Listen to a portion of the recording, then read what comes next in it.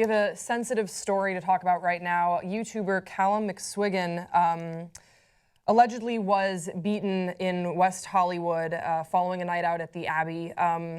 This is kind of a murky story, so I'm going to do my best to break it down for you guys. So he put a photo up on his Instagram of himself in a hospital bed with a bandage. And here's just a quote from the longer text that he had under that image. He says, "The authorities should have been there to help and protect me, but instead they treated me like a second-class citizen. With 3 broken teeth and 6 stitches in my forehead, I've never felt so terrified to be a gay man in the public eye." So this came after he says that he was attacked by 3 men nearby the Abbey, which is a gay club that we frequent very often. Lots of fun. Yeah, it is. It's a lot of fun. And so that was his story that he put out there. However, the West Hollywood Sheriff's Department have issued an official statement, and they say, quote, "Responding deputies were unable to substantiate the assault. Mr. McSwiggan, who had no visible injuries, was subsequently arrested after deputies observed him vandalizing a car in the 8900 block of Santa Monica Boulevard. After being booked and photographed, Mr. McSwiggan was placed into a cell by himself at West Hollywood Station. Mr. McSwiggan was then observed injuring himself with the handle and receiver to a payphone inside the cell. Medical personnel were summoned and Mr. McSwiggan was transported to a local hospital for treatment." Right now, the group of people who were involved, so that's Calum and 3 other YouTubers that were in town for VidCon, they can't really say too much because they are saying legally they are being advised not to speak out. However, Melanie Murphy, one of the people that was with Calum on the night, has put out a really long Facebook post of her account of the story, and she does corroborate a lot of what she's saying with Snapchats and photos and call records. So I think it's important just to hear both sides of the story. However, do you have details on that? Well, basically what she's saying is that no one of the group that went out with Calum that night witnessed the attack. However, they did see him very visibly upset shortly after when he says that he was attacked, and he was just kind of really, really confused. And he says that one of the attackers knew Melanie's name.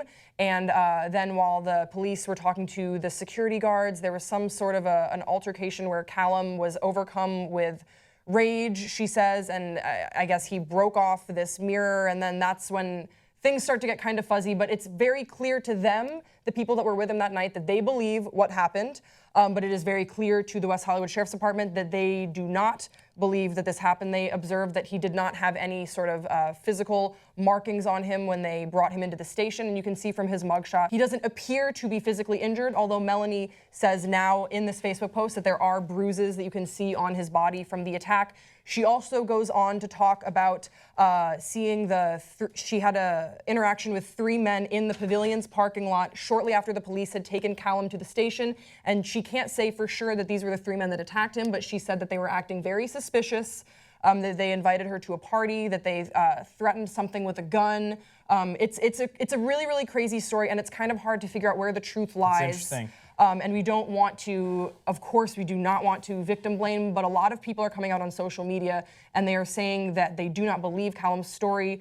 And the West Hollywood Sheriff's Department right now are sticking with what they are saying, that they do not believe that there was a hate crime committed. Hasan, I want to get your thoughts on this. Okay, so, I mean, you and I are very familiar with West Hollywood and the West Hollywood Police Department, and I can't help but point out that I have nothing but the utmost respect for WeHo PD, for all that they do, because it's not very easy to be a police officer in West Hollywood. There's a lot of fights going on. There's a lot of fights breaking out. There's so much commotion all the time. There's pride. There's, like, you're protecting a community of people that are disenfranchised elsewhere. And members, and the police themselves are usually members of the LGBT community.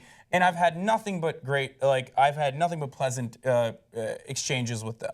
Yeah. So I do need to mention that. And then on top of that, I'm not saying that, you know, the police is lying, or I'm not saying that he's lying. Like, I think that these could be 2 parallel stories to one another. He could have been really, really emotionally, he could have been really upset with the events that occurred prior to being locked up, and then he could have hurt himself. But that isn't to say I'm going to rule out what the West Hollywood Police Department is claiming. I think we have kind of a unique perspective on this because the area that we are talking about where this went down, that's my supermarket. I used to be able go to the pavilions like every single time I'm out. It is a very well lit parking lot. I've been there at 2:30 in the morning so I'm very, very familiar with this area. So and hate crime is very low. Like it does happen every now and then in West Hollywood, but for the most part, it's one of the most tolerant neighborhoods in all across the United States, possibly the world. I agree with you. Like after San Francisco, I'd say. Like right. Well, I would say especially within that area of the Pavilions grocery store,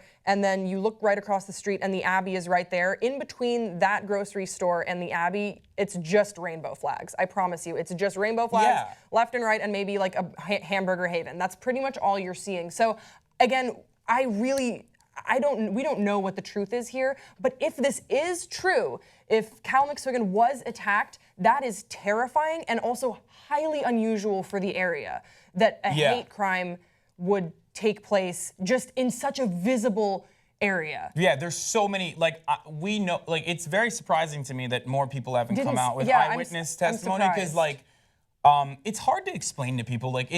LA is very segmented, and there's different areas where you can see no one after a certain point in time, right? But West Hollywood is not one of those places. Up until 4 a.m. in the morning, you're going to see hundreds of people, just massive crowds, always walking around. How you would imagine the Pride Parade to look is a regular night, like a regular Saturday night in West Hollywood, where people are scantily clad and they're having a great time, and they're going to these chains of different gay bars that they frequent. And it's an awesome environment, and it seems to me like there's a lot of anti-LGBT sentiment in the news right now, and there are a lot of people that have these very passionate feelings, whether they're for or against the gay community, and he is a public persona.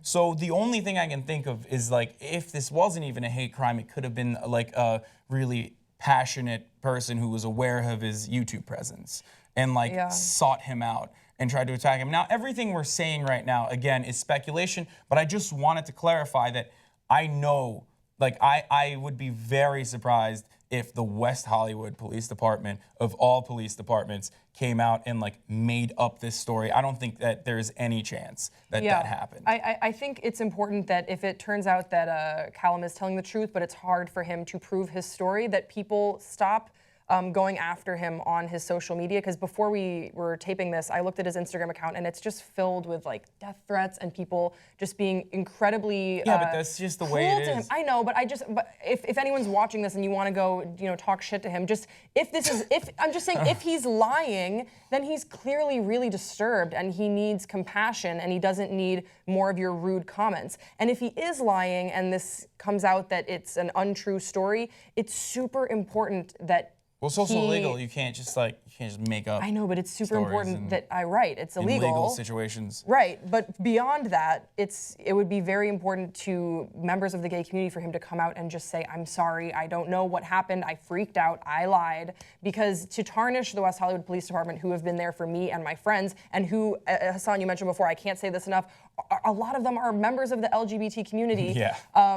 It's very nice. Not something you'd expect from most police departments for the most part. I don't know. They're just. I'm sure that they've made mistakes and everything. But anyway, that's just what we have on the story right now, and there is a lot of it developing. So we're going to do our best to keep you updated on this. But thank you for watching. Please let us know in the comment section below. What do you think about this? Do you believe him? Do you not? Do you think the truth is somewhere in between? And we will see you next time on Pop Trigger.